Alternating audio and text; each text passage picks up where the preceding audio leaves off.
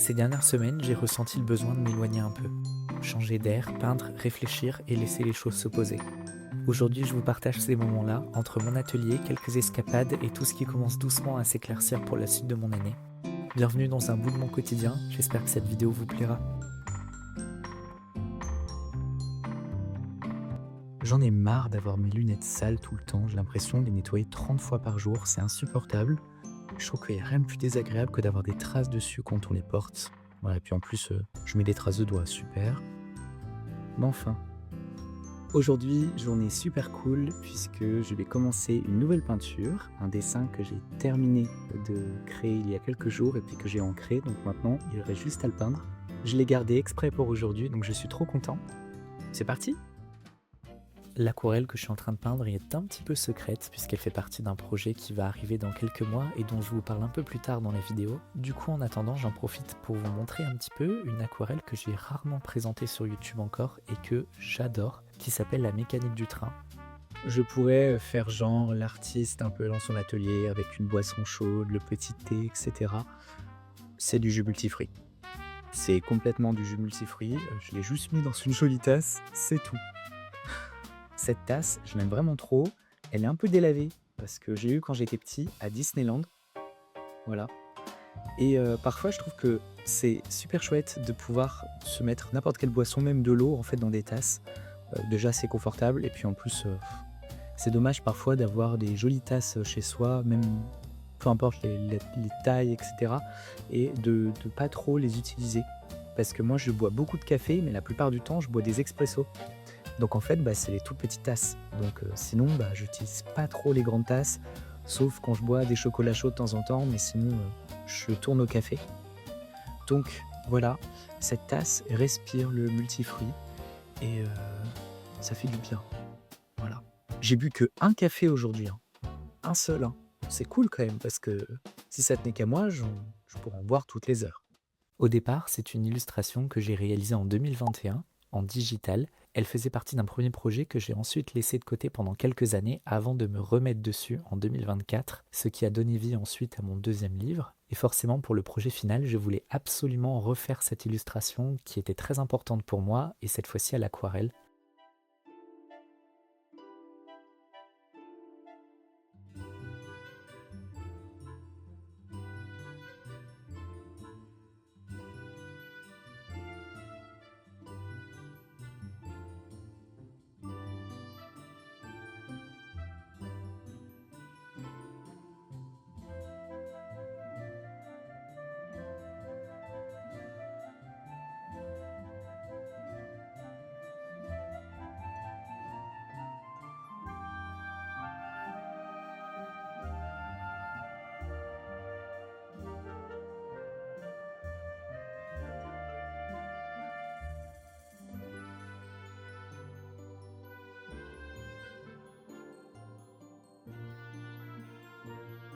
Ici, vous voyez un petit aperçu très teasing de l'aquarelle que j'ai réalisée ce jour-là, et je vous la montrerai, mais pas tout de suite.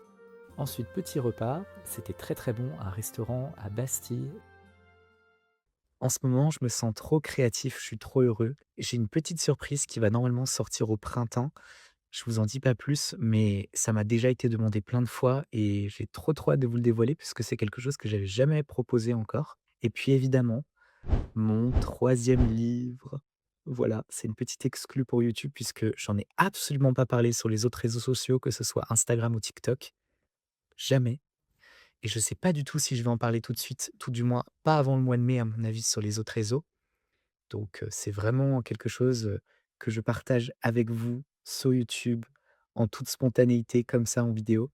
Aujourd'hui, je suis en train de peindre justement une illustration pour cette histoire que je vais éviter de trop vous montrer parce que j'ai pas trop envie de spoiler non plus, hein. Je veux garder la surprise, mais je suis trop content de me dire que cette année, un troisième livre va sortir. Je me sens tellement reconnaissant de pouvoir partager tous ces projets-là. J'avoue que le début d'année a été un peu, bad mood de mon côté. Je pense, un peu comme tout le monde, hein, généralement le mois de janvier, c'est pas le mois le plus festif et le plus joyeux, de l'année, mais parfois il suffit juste de refaire confiance un peu à la vie. C'est très dur, parce qu'on est dans un monde qui pousse à la rationalité, qui pousse à être tout le temps, cartésien, tout le temps mathématique, tout le temps logique dans sa manière de penser et parfois, suivre ses émotions et ben, on a l'impression que c'est trahir justement les attentes de la société sur nous et tout ce que les personnes projettent en fait, dans la réussite, publiquement, tout du moins. J'ai envie de revenir à mon moi réel, c'est-à-dire me faire confiance, créer mes projets, partager mes projets, que ça fonctionne ou pas. Je suis très, très content, de l'accueil que vous avez réservé à mon livre qui est sorti l'année dernière, Amaryllis et les cauchemars de minuit, que vous supportez toujours aujourd'hui et ça me fait vraiment plaisir. Je suis un auteur indépendant, je suis solo dans mon activité, je peux pas sortir plus de 1 à 2 livres maximum par an, donc c'est très galère en fait pour, rationnellement imaginer, heu, pouvoir subvenir à ses besoins à 100 grâce à son activité. Hem, mais j'y crois, j'ai envie d'y croire et j'ai envie de me dire qu'un jour ce sera pleinement possible. Voilà, là j'essaye de me refaire confiance ce mois-ci, de me dire: «On y va, on attaque, on a un rêve, on le lâche pas» et lâcher ce rêve justement serait la plus grande forme de trahison envers moi-même et je refuse. Donc go. Si vous avez un rêve, foncez. Foncez, foncez, foncez. Chaque situation est différente, chaque vie est différente, chaque contexte est différent. Donc évidemment, tout le monde ne peut pas se lancer à la même ampleur, à la même période, à la même intensité, mais c'est OK et je pense qu'on a tous un chemin, singulier qui nous attend et authentique et on peut tous réaliser nos rêves. En tout cas, j'espère, j'y crois et c'est ce que je souhaite pour nous tous. Mais voilà, on va pas lâcher. Je vous l'ai dit aussi dans ma précédente vidéo, je suis un peu en déj de peinture et du coup, je rachète des godets au fur et à mesure des nuances qui me manquent. Donc, j'ai racheté ces 2 nuances-là de chez Winsor& Newton. J'adore cette aquarelle, vous le savez. Mes 3 marques préférées, c'est vraiment Winsor& Newton, Le Franc-Bourgeois et Van Gogh. Surtout Van Gogh, c'est ma palette préférée. Et j'ai racheté ces 2 nuances-là. Donc voilà, je vais les déballer et rajouter ces 2 godets dans ma palette de gauche qui est pas très remplie. Je commente rarement des préparations de commandes et pourtant c'est une partie importante de mon travail. Derrière chaque livre que vous recevez, chaque création que vous choisissez, c'est mes petites mains qui les préparent avec attention et j'avais envie de le partager avec vous. Dans chaque commande, je glisse toujours quelques attentions, des cartes illustrées, un marque-page à chaque fois et bien sûr un petit sachet de thé accompagné d'un mot de remerciement. Aujourd'hui, face aux grandes plateformes, je sais que je ne peux pas rivaliser sur tout. Mais ce que je peux offrir surtout, c'est de la sincérité, du soin et une expérience pensée avec le cœur, si je puis dire, et immersive. Alors je fais les choses simplement avec les moyens que j'ai en essayant de rendre chaque commande la plus chaleureuse possible et surtout la plus attentionnée.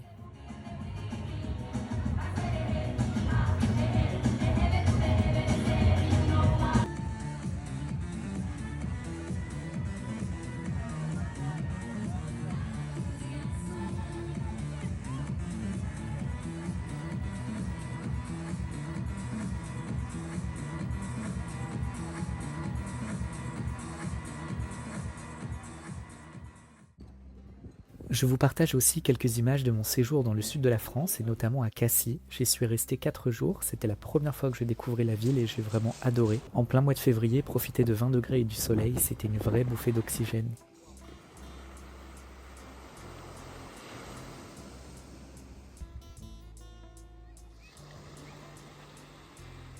J'ai pris le temps de me balader, de découvrir des endroits que je ne connaissais pas, et même si mon déjeuner ne m'a pas toujours convaincu, la suite a largement rattrapé le coup. J'ai marché dans les calanques et c'était absolument magnifique, et là aussi une première pour moi et ça m'a fait tellement de bien. Le début d'année a été un peu déstabilisant avec pas mal de questions, autant personnelles que créatives, et ce voyage m'a permis de prendre du recul, de déconnecter et de respirer surtout. Avant de rentrer, je suis passé par Aix-en-Provence pour reprendre mon train direction Paris et cette fois, j'y ai très bien mangé, donc tout est pardonné. De retour à Paris fin février, le début du mois de mars a été plutôt dynamique et voici quelques images.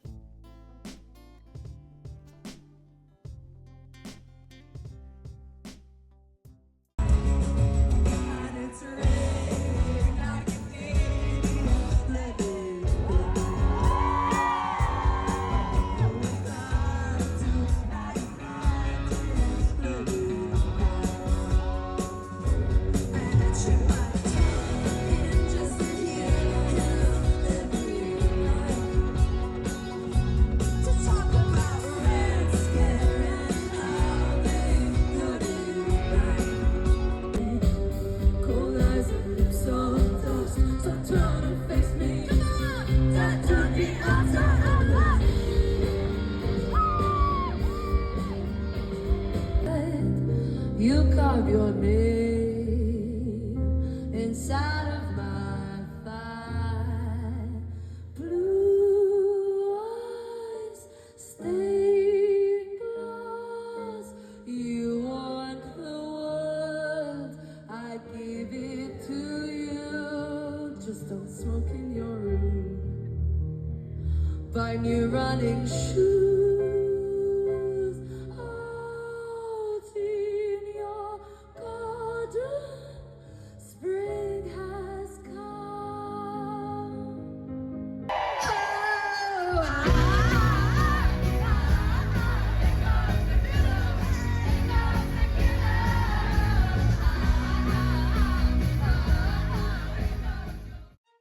Je suis revenu à Paris il y a quelques jours et là, je sors d'un concert de The Last Dinner Party, qui est un groupe que j'adore.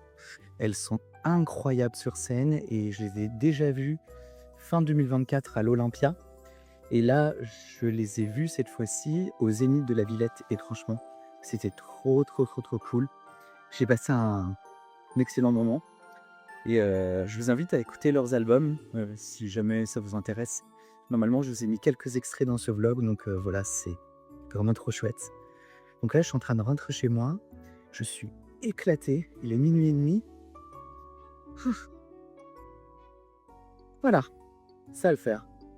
Je suis fatigué. Il faut pas que je me fasse écraser. Donc je vais ranger mon téléphone. J'ai filmé quelques images dans le jardin de mes grands-parents. C'est un endroit vraiment magnifique, très fleuri, avec un potager, un grand palmier et beaucoup de belles choses, en plus baigné sous le soleil. Je vous montre pas de vue d'ensemble, je sais pas si j'oserais tout dévoiler sur les réseaux. C'est un lieu assez précieux. Ça fait 10 ans d'ailleurs que mes grands-parents remportent le concours du plus beau jardin de leur ville, donc ça en dit long. Et à chaque fois que j'y vais, ça me fait un bien fou. J'en profite pour vous montrer un petit moment de peinture. Ici, vous reconnaissez peut-être Orphée, un personnage d'Amaryllis et les cauchemars de minuit, que vous commencez à connaître depuis sa sortie en octobre dernier. Dans mes illustrations, j'aime alterner entre des doubles pages très riches avec des décors et des dessins plus simples, plus resserrés sur les personnages. Ça apporte du rythme à la lecture et ça me permet aussi de varier les approches, autant dans l'aquarelle que dans la composition.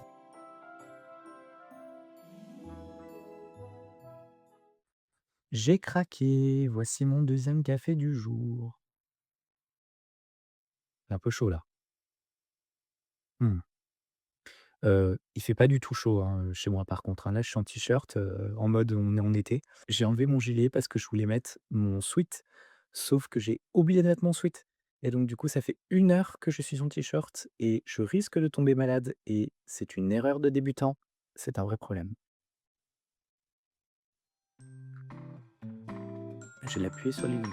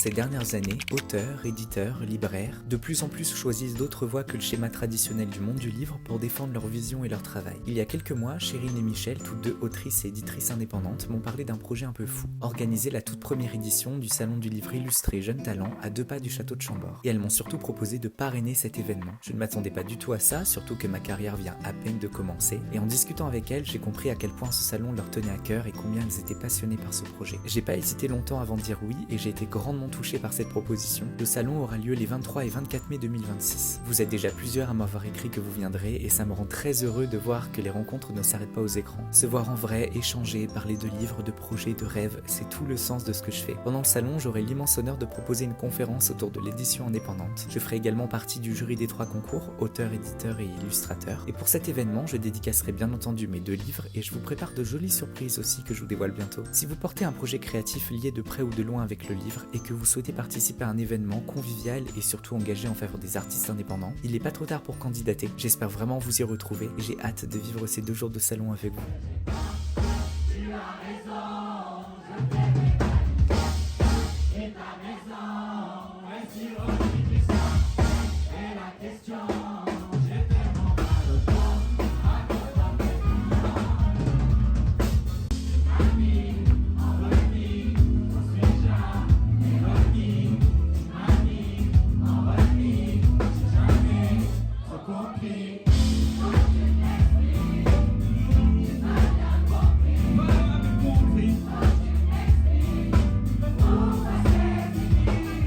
On arrive déjà à la fin de cette vidéo, merci beaucoup d'avoir été jusqu'au bout, ça me fait tellement plaisir. Dans la prochaine, je vous emmène avec moi sur une aquarelle très particulière liée à mon 3e livre, mais aussi au salon du livre illustré Jeunes Talents qui aura lieu au mois de mai. Je vous emmènerai également dans mon week-end en Normandie. À l'heure où je vous parle, je pars dans quelques heures pour ce week-end, donc j'ai vraiment trop hâte. Merci beaucoup et à très vite.